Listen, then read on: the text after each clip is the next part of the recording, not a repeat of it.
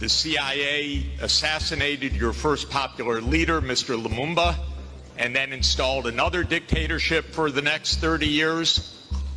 And then Glencore and others now suck out your cobalt without giving you tax income.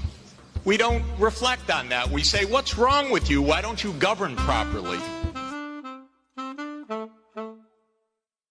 It's interesting, we heard from the minister of DRC, what's wrong with your country?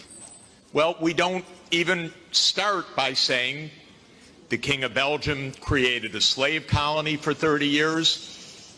The government of Belgium ran the slave colony for another 40 years. The CIA assassinated your first popular leader, Mr. Lumumba, and then installed another dictatorship for the next 30 years. And then Glencore and others now suck out your cobalt without giving you tax income. We don't reflect on that. We say, what's wrong with you? Why don't you govern properly? And so we have a system, but we need a different system. We cannot turn this over to the private sector. We already did about 100 years ago.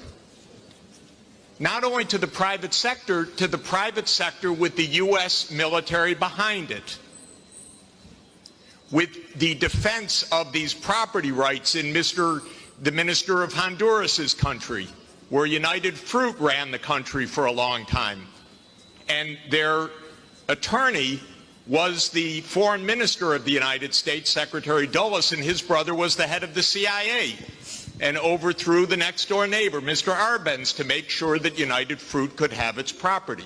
So we have a system, but we need a different system.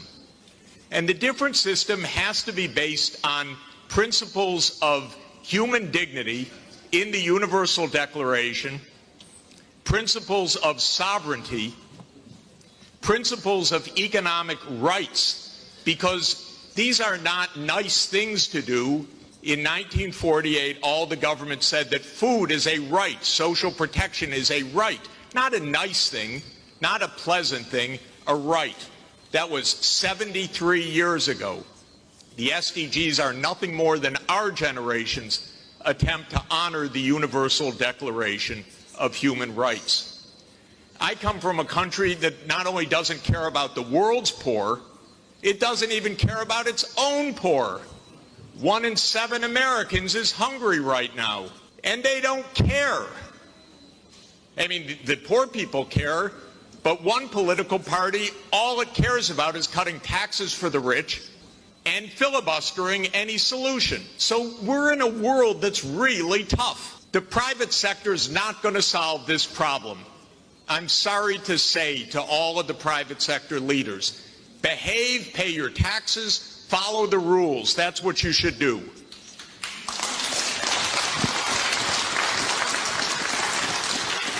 And what the governments should do is the following.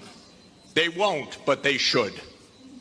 First, the G20 should become the G21 by inviting systemically the chairperson of the African Union and the African Union to be the 21st country. The European Union is a member of the G20 as the EU. If you add the AU as the 21st for the G21, you add 1.4 billion people to representation at that crucial event.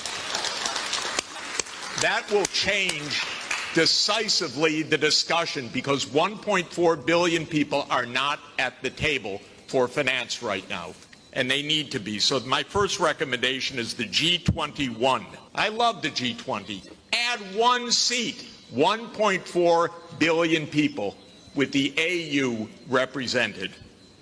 Second, we need an order of magnitude change of development finance. The rich countries just borrowed $17 trillion for COVID. The poor countries, nothing.